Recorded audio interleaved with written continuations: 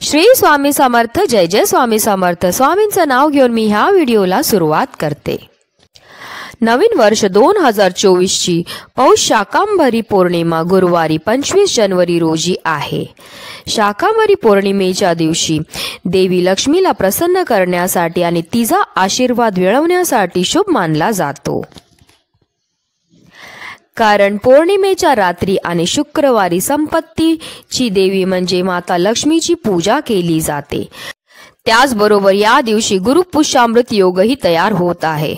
गुरुवारी पुष्य नक्षत्र येतं तेव्हा गुरुपुष्यामृत योग तयार होतो. हा योग आपल्या जीवनात यश आणि मंगल गोष्टी आणतो. या योगात खरेदी करणं, नवीन व्यवसाय सुरू करणं खूप शुभ मानलं जातं.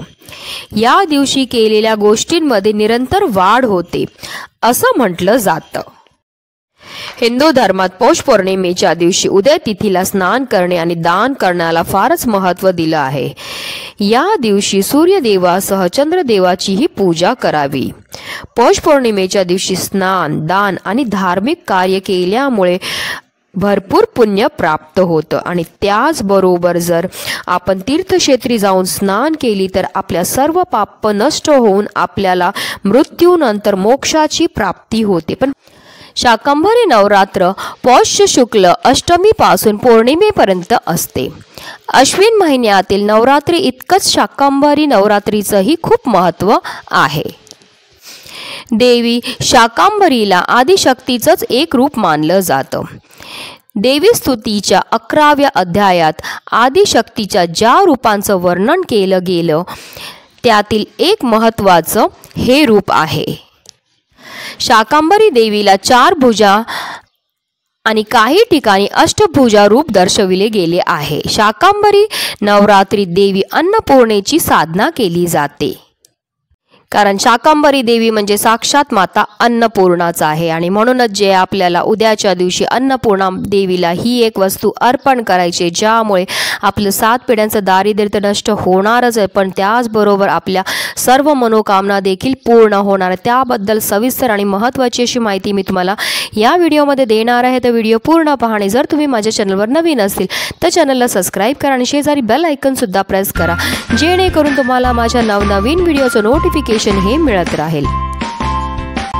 पौर्णिमा तिथी 24 जानेवारी 2024 रोजी रात्री 9:49 सुरू होईल. पौष पौर्णिमा दुसऱ्या दिवशी म्हणजेच 25 जानेवारी रोजी रात्री 11:23 संपेल आणि उदय तिथीनुसार 25 तारखेला पौष पौर्णिमेचे व्रत केले जाईल. या दिवशी प्रयागराजमध्ये माघ मेळाव्याचे दुसरे स्नान होईल. माघ स्नानारंभ याच दिवसापासून सुरू होईल. ह्या दिवसाला अनन्यसाधारण असं महत्त्व आहे कारण ह्या दिवशी 2 योग एकत्र आहेत. एकतर पौष पौर्णिमा आहे, त्याला शाकांबरी पौर्णिमा सुद्धा म्हणतात आणि त्याचबरोबर ह्या दिवशी आलं आहे ह्या वर्षातलं सगळ्यात पहिलं गुरुपुष्यामृत योग. पौष महिन्याची पौर्णिमा मोक्ष प्राप्ती देते असं पुराणात देखील उल्लेख आहे. पौष पौर्णिमेला गंगा स्नान केल्याने जीवनामध्ये शुभ फळ मिळते आणि त्याचबरोबर आपल्याकडनं घडलेल्या कळत नकळत पापांपासून सुद्धा आपल्याला मुक्तता मिळते आणि त्याचबरोबर माता लक्ष्मीची आपल्यावर वर्षभर भरभरून अशी कृपा राहते. पौष पौर्णिमेच्या दिवशी सकाळी 8:16 गुरुपुष्यामृत योग तयार होत आहे. गुरुपुष्यामृत योगामध्ये देवी लक्ष्मीसह श्री हरी विष्णूंची विधिविधानपूर्वक आपल्याला पूजा करायची आहे आणि पूजा करताना आपल्याला न चुकता कनकधारा स्तोत्राचं पठण करायचं आहे. असं केल्यामुळे आपल्यावर माता लक्ष्मी आणि श्री हरी विष्णूंचे भरभरून असे कृपा आशीर्वाद आपल्याला प्राप्त होतात. आणि त्याचबरोबर ह्या दिवशी अन्नपूर्णा देवीच्या पूजेला, सेवेला खूपच महत्त्व दिलं गेलेलं आहे.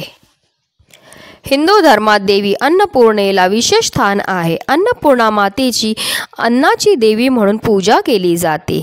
देवी अन्नपूर्णेच्या आशीर्वादाने कुटुंबातील सर्व सदस्यांना अन्न मिळते. जो भक्त खऱ्या श्रद्धेने अन्नपूर्णा देवीची आराधना करतो त्याच्या घरामध्ये कायम धनधान्य भरलेलं असतं.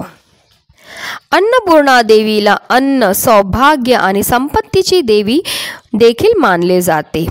आपल्याकडे लग्न झाल्यानंतर मुलीच्या हातात अन्नपूर्णा देवीची मूर्ती देण्याची प्रथा आहे. याचा अर्थ असा होतो की ती मुलगी ज्या नवीन घरात जाईल त्या घरात देवी अन्नपूर्णेच्या रूपाने धन धान्याची संपन्नता व्हावी। पौराणिक मान्यतानुसार एकदा पृथ्वीवर अन्नाची कमतरता होती आणि लोक उपाशी राहू लागले। हताश होऊन लोकांनी ब्रह्मा विष्णूंची प्रार्थना केली। यानंतर ब्रह्मा आणि विष्णूंनी शिवाला योग निद्रेतून जागे केले आणि संपूर्ण समस्यांची जाणीव करून दिली। समस्येचे निराकरण करण्यासाठी शिवाने स्वतः पृथ्वीवर निरीक्षण केले। त्यानंतर माता पार्वती अन्नपूर्णेच्या रूप घेऊन पृथ्वीवर अवतरली आणि संपूर्ण लोकांचा उद्धार केला। आणि म्हणूनच जे आहे शाकंभरी पौर्णिमेच्या दिवशी अन्नपूर्णा मातेच्या सेवेला मातेच्या पूजेला विशेष महत्त्व दिलं गेलेलं आहे। हे तर तुम्हाला मी महत्त्व सांगितलं शाकंभरी पौर्णिमेचं। तर चला जाणून घेऊया ती अन्नपूर्णा मातेला कोणती आपल्याला वस्तू अर्पण करायची आहे। तर आपल्याला उद्याच्या दिवशी सकाळी लवकर उठायचं आहे आणि आपलं संपूर्ण स्वयंपाकघर स्वच्छ करायचं आहे, कारण अन्नपूर्णा मातेचा वास हा आपल्या स्वयंपाकघरामध्ये असतो। आणि म्हणूनच जे आपल्याला उद्याच्या दिवशी अन्नपूर्णा मातेची जी सेवा करायची आहे ती आपल्या स्वयंपाकघरामध्ये करायची आहे। जर शक्य असेल तर स्वयंपाकघरामध्ये करा किंवा तुम्ही तुमच्या देवघरामध्ये ही पूजा केली तरीही चालेल आहे। आता आपल्याला काय करायचं, एक तामण घ्यायचं आणि त्या तामणावर आपल्याला अन्नपूर्णा मातेच्या मूर्तीला ठेवायचं आणि 11 पळी आपल्याला पाण्याने मातेला अभिषेक घालायचा। अभिषेक घालताना ओम अन्नपूर्णाय नमः ओम अन्नपूर्णाय नमः ह्या मंत्राचा जप करत आपल्याला 11 पळी पाणी देवीवर अर्पण करायचं आहे आणि त्यानंतर देवीला स्वच्छ पुसून घ्यायचं आहे। पुन्हा आपल्याला दुसरं तामण घ्यायचं आणि त्या तामणावर जे आपल्याला कुंकुवाने स्वास्तिक काढून घ्यायचं, त्या स्वास्तिकला आपल्याला हळद कुंकू अक्षदा अर्पण करायचे आणि त्यावरती जे आपल्याला अन्नपूर्णा मातेच्या मूर्तीला ठेवायचं आहे।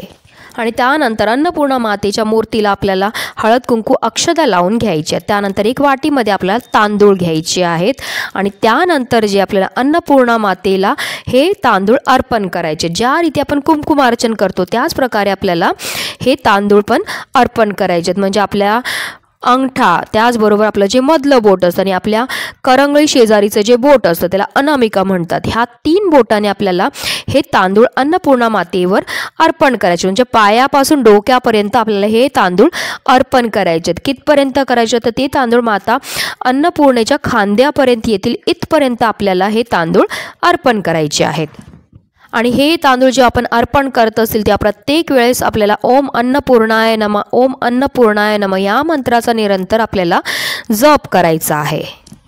अन्नपूर्णा मातेजवळ आपल्याला गाईच्या तुपाचा दिवा लावायचा आहे, धूप लावून घ्यायचा आहे, मातेला धूप दीप अगरबत्तीने आरती करून घ्यायची आहे आणि त्यानंतर संपूर्ण दिवसभर म्हणजे उद्याच्या संपूर्ण दिवसभर संपूर्ण रात्रभर आपल्याला अन्नपूर्णा मातेच्या मूर्तीला आपल्या स्वयंपाकघरामध्येच ठेवायचं आहे।